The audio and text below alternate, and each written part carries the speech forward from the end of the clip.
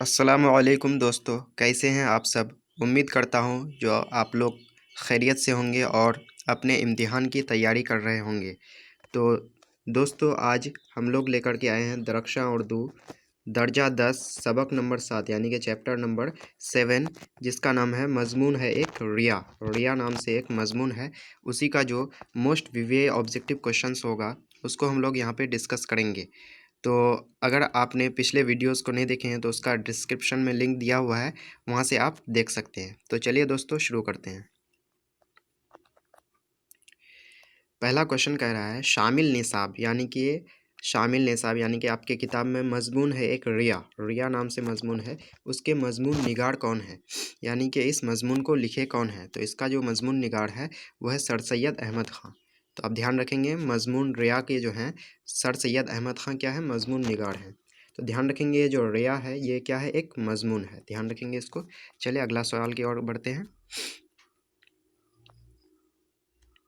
अगला सवाल कह रहा है सर सैयद अहमद ख़ान की पैदाइश कब हुई। सर सैयद अहमद ख़ान की पैदाइश कब हुई। तो उसका जो पैदाइश हुआ था वो 1817 में हुआ था। तो ध्यान रखिएगा, 1817 में सर सैयद अहमद ख़ान की पैदाइश हुई। काफ़ी इंपॉर्टेंट क्वेश्चन है ये। अगला सवाल है सर सैयद अहमद ख़ान की पैदाइश कहाँ हुई। तो सर सैयद अहमद ख़ान की पैदाइश हुई थी 1817 में। कहाँ पे हुई थी, तो दिल्ली में हुई थी। ध्यान रखेंगे, दिल्ली में सर सैयद अहमद ख़ान की पैदाइश हुई थी। चलिए अगला सवाल की ओर बढ़ते हैं। अगला सवाल कह रहा है सर सैयद अहमद ख़ान के वालिद का नाम क्या था। तो काफ़ी इंपॉर्टेंट सवाल है ये। सर सैयद अहमद ख़ान के वालिद का जो नाम था वो मीर मुत्तकी था। मीर मुत्तकी सर सैयद ख़ान के अहमद ख़ान के वालिद का नाम था मीर मुत्तकी।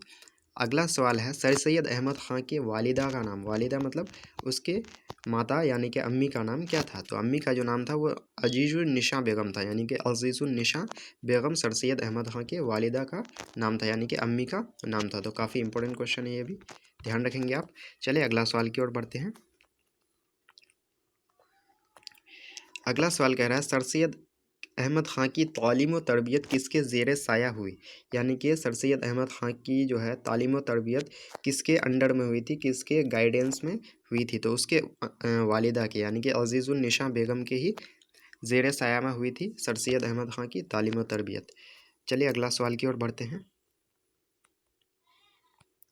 अगला सवाल काफ़ी इंपॉर्टेंट सवाल है। अगला सवाल कह रहा है सर सैयद ने गाज़ीपुर में अंजुमन इस साइंटिफिक सोसाइटी कब कायम किया। सर सैयद अहमद ख़ान ने गाज़ीपुर में अंजुमन साइंटिफिक सोसाइटी कब कायम किया। तो इसका जो कायम किया थे वो 1862 ईस्वी में, यानी कि 1862 में सर सैयद ख़ान कहाँ पे किए थे, गाज़ीपुर में अंजुमन साइंटिफिक सोसाइटी का क़याम किए थे। चले अगला सवाल की ओर बढ़ते हैं। अगला सवाल कह रहा है सर सैयद अहमद ख़ान इंग्लिस्तान जिसको इंग्लैंड बोला जाता है, इंग्लैंड कब गए थे। तो 1869 में, यानी 1869 में सर सैयद अहमद ख़ान इंग्लिस्तान यानी कि इंग्लैंड गए थे। तो काफ़ी इंपॉर्टेंट सवाल है ये भी। चलिए अगला सवाल की ओर बढ़ते हैं। अगला सवाल देख लेते हैं, क्या कह रहा है सर सैयद अहमद ख़ान वतन वापसी के बाद किस नाम से एक रिसाला जारी किया। सर सैयद अहमद ख़ान जब इंग्लैंड से यानी कि इंग्लिस्तान से लौटे, इंडिया लौटे, तो उसने किस नाम से एक रिसाला जारी किया। तो इस रिसाले का जो नाम था वो तहज़ीबुल अखलाक नाम था। तो काफ़ी इंपॉर्टेंट सवाल है ये, तहज़ीबुल अखलाक नाम से एक रिसाला जारी किया था। चलिए अगला सवाल की ओर बढ़ते हैं। अगला सवाल कह रहा है सर सैयद ने अलीगढ़ में किस नाम से एक स्कूल खोला। सर सैयद ने अलीगढ़ में किस नाम से एक स्कूल खोला। तो उस स्कूल का जो नाम था मदरसतुल इस्लाम था। मदरसतुल इस्लाम से नाम से एक स्कूल खोला था। चलिए अगला सवाल की ओर बढ़ते हैं। अगला सवाल कह रहा है मदरसतुल इस्लाम कब कायम किया गया। तो 1875 में मदरसतुल इस्लाम कायम किया गया था। काफ़ी इंपॉर्टेंट सवाल है ये, 1875 में मदरसतुल इस्लाम कायम किया गया था। चलिए अगला सवाल की ओर बढ़ते हैं। अगला सवाल कह रहा है मदरसतुल इस्लाम कब तरक्की करके मोहम्मडन एंग्लो ओरिएंटल कॉलेज बन गया। यानी कि मदरसतुल इस्लाम जो कि 1875 में कायम किया गया था, कब तरक्की करके मोहम्मडन एंग्लो ओरिएंटल कॉलेज बन गया। तो 1878 में, यानी कि 3 साल बाद वो मोहम्मदन एंग्लो ओरिएंटल कॉलेज बन गया था। तो ध्यान रखेंगे 1878 में। चलिए अगला सवाल की ओर बढ़ते हैं। अगला सवाल आपके स्क्रीन पे जैसा कि देख पा रहे होंगे, काफ़ी इंपॉर्टेंट सवाल है। जो मोहम्मडन, ये मोहम्मडन है, एंग्लो ओरिएंटल कॉलेज अलीगढ़ मुस्लिम यूनिवर्सिटी में कब तब्दील हो गया? यानी कि मोहम्मडन एंग्लो ओरिएंटल कॉलेज ही अलीगढ़ मुस्लिम यूनिवर्सिटी में बदल गया। कब बदला? तो 1920 ईस्वी में। काफ़ी इंपॉर्टेंट सवाल है ये। 1920 ईस्वी में मोहम्मडन एंग्लो ओरिएंटल कॉलेज ये अलीगढ़ मुस्लिम यूनिवर्सिटी में तब्दील हो गया था। तो इस चीज़ को आप ज़रूर ध्यान रखेंगे 1920 में। चलिए अगला सवाल की ओर बढ़ते हैं।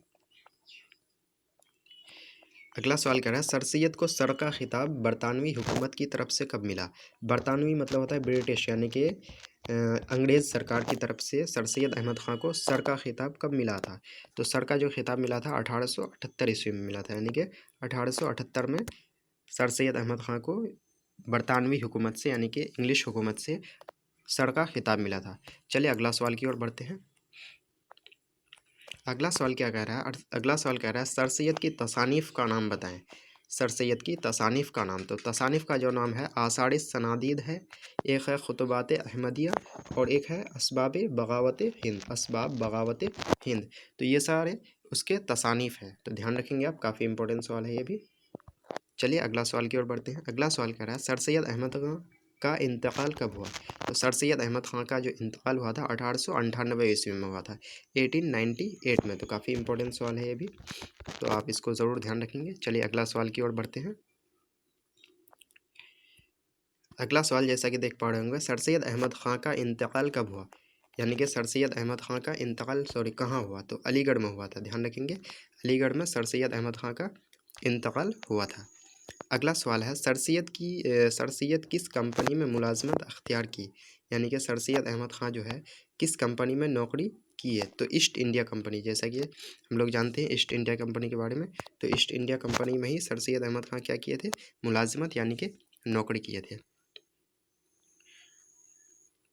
तो दोस्तों यहाँ पे हम लोगों ने जो इम्पोर्टेंट क्वेश्चंस था मजमून रिया का, उसको हम लोगों ने यहाँ पे कवर कर चुके हैं।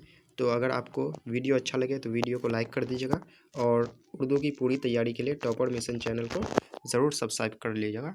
चलिए मिलते हैं अगले वीडियो में। अस्सलाम वालेकुम। पहला क्वेश्चन है हम्द के लग़वी मानी क्या है? हम्द के लग़वी मानी क्या है? तो इसका जो राइट आंसर होगा ऑप्शन इसका हो जाएगा खुदा की तारीफ़, यानी कि हम खुदा की तारीफ़ को कहते हैं। इसका मानी हो जाएगा खुदा की तारीफ़। चलिए आगे बढ़ते हैं। आगे है नात किसे कहते हैं? नात किसे कहते हैं? तो रसूल अकरम सल्लल्लाहु अलैहि वसल्लम की तारीफ़ को ही क्या कहा जाता है? नात कहा जाता है। रसूल अकरम सल्लल्लाहु अलैहि वसल्लम की तारीफ़ को नात कहा जाता है। अगला है मनक़बत किसे कहते हैं? तो बुज़ुर्गान दीन और औलिया अल्लाह हज़रात की तारीफ़ व तौसीफ़ को ही क्या कहा जाता है? मनक़बत कहा जाता है। चलिए आगे बढ़ते हैं। आगे है क़सीदा किसे कहते हैं?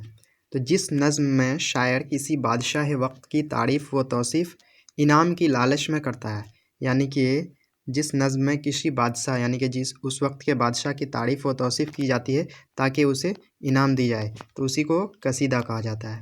चलिए आगे बढ़ते हैं। आगे हम्द खुदाए अज़्ज़ व जल के मुसन्निफ़ कौन है, यानी कि इसके राइटर कौन है? तो इसका जो राइट आंसर होगा वो शबनम कमाली, यानी कि हम्द खुदाए अज़्ज़ व जल के राइटर जो है मुसन्निफ़ हैं वो शबनम कमाली हैं। आगे बढ़ते हैं। आगे है शबनम कमाली का ताल्लुक़ किस रियासत से है? रियासत मतलब होता है किस सूबा यानी कि स्टेट। तो शबनम कमाली का ताल्लुक़ रियासत बिहार यानी कि बिहार रियासत से उसका ताल्लुक़ है। चलिए आगे बढ़ते हैं। आगे शबनम कमाली का असल नाम क्या है? शबनम कमाली का असल नाम क्या है? तो आप ध्यान रखेंगे शबनम कमाली का असल नाम मुस्तफ़ा रज़ा है। मुस्तफ़ा रज़ा शबनम कमाली का असल नाम है। आगे है शबनम कमाली का तखल्लुस क्या है? तखल्लुस मतलब टाइटल।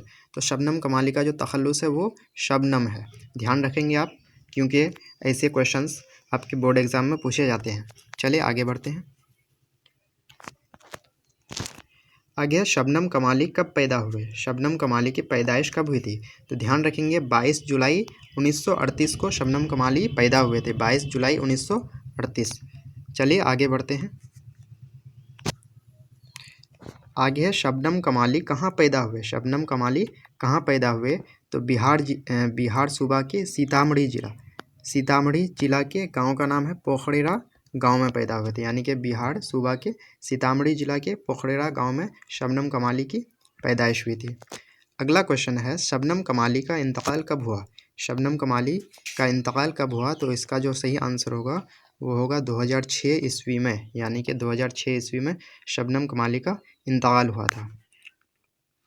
तो दोस्त, हम लोगों ने यहाँ पे चैप्टर 1 का यानी कि हम्द खुदाए अज़्ज़ व जल का जो इम्पोर्टेंट क्वेश्चंस था, ऑब्जेक्टिव क्वेश्चंस था, उसको हम लोग कवर कर चुके हैं।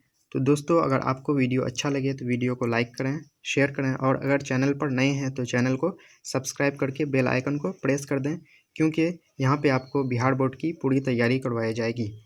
तो चलिए मिलते हैं अगले वीडियो में, तब तक के लिए धन्यवाद।